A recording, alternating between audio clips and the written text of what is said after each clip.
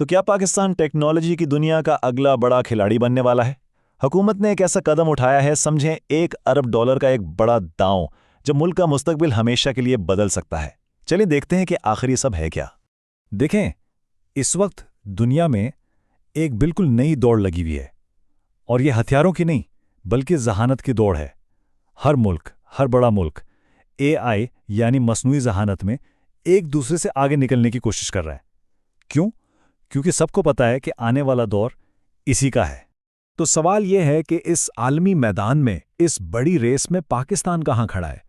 اگر یہی سوال کچھ سال پہلے پوچھا جاتا نا تو جواب شاید تھوڑا مایوس کن ہوتا، لیکن آج کچھ ایسا ہو رہا ہے جو سب کی سوچ بدل رہا ہے۔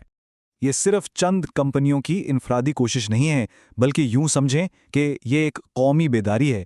ایک ایسی صبح طلوع ہو رہی ہے جہاں AI کو صرف ایک ٹیکنالوجی نہیں بلکہ ملک کی ترقی کا سب سے اہم، سب سے بڑا ذریعہ سمجھا جا رہا ہے۔ اور یہ صرف باتیں یا کھوکھلے دعوے نہیں ہیں، اس کے پیچھے ٹھوس اقدامات ہیں۔ دیکھیں، قومی AI پالیسی منظور ہو چکی ہے۔ عالمی سطح پر پاکستان کو ٹیئر 2 نیشن کا درجہ دیا گیا ہے۔ مطلب دنیا مان رہی ہے کہ ہاں، ہمارے پاس AI پر کام کرنے کی صلاحیت ہے۔ اور انڈس AI ویک جیسے بڑے ایونٹس میں دنیا کی بڑی کمپنیاں پاکستان آ رہی ہیں۔ لیکن ان سب اقدامات کے پیچھے ایک ایسی چیز ہے جو سب سے زیادہ حیران کر دیتی ہے، ایک ایسا عزم جو اعداد و شمار میں اتنا بڑا ہے کہ ایک لمحے کو یقین کرنا مشکل ہو جاتا ہے۔ جی ہاں، $1 ارب۔ حکومت پاکستان AI انڈسٹری میں $1 ارب کی سرمایہ کاری کرنے جا رہی ہے۔ سوچیں ذرا، یہ رقم نئی کمپنیاں بنائے گی، نئی ٹیکنالوجیز لائے گی اور ہزاروں لاکھوں نئی نوکریاں پیدا کرے گی۔ لیکن اصل کہانی پیسے کی نہیں، اصل کہانی ہے لوگوں کی۔ حکومت کا ارادہ ہے کہ 2030 تک 10 لاکھ پاکستانیوں کو AI سکھایا جائے گا۔ ذرا تصور کریں، 10 لاکھ تربیت یافتہ ذہن جو مستقبل کی ٹیکنالوجی بنا رہے ہوں گے۔ اچھا، تو سوال یہ اٹھتا ہے کہ یہ بڑے وعدے، یہ بڑے ہندسے آخر پورے کیسے ہوں گے؟ تو اس کے لیے ایک باقاعدہ روڈ میپ بنایا گیا ہے، ایک مکمل national action plan.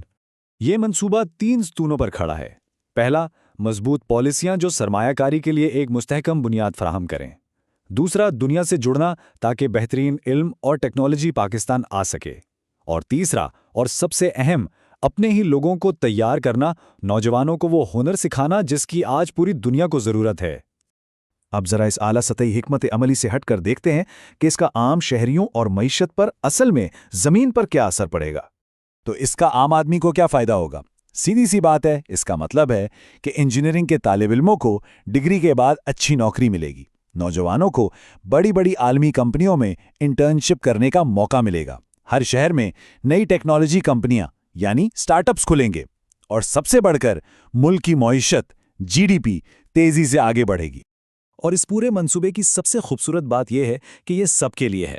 AI for her جیسے اقدامات اس بات کو یقینی بنا رہے ہیں کہ پاکستان کی بیٹیاں بھی اس تکنیکی انقلاب میں برابر کے شریک ہوں، کیونکہ سیدھی سی بات ہے، کوئی بھی ملک اپنی آدھی آبادی کو پیچھے چھوڑ کر ترقی نہیں کر سکتا۔ تو چلیں ایک قدم پیچھے ہٹ کر بڑی تصویر دیکھتے ہیں۔ عالمی سطح پر پاکستان کا یہ قدم آخر کتنی بڑی اہمیت رکھتا ہے؟ یہ دراصل سوچ کی ایک مکمل تبدیلی ہے۔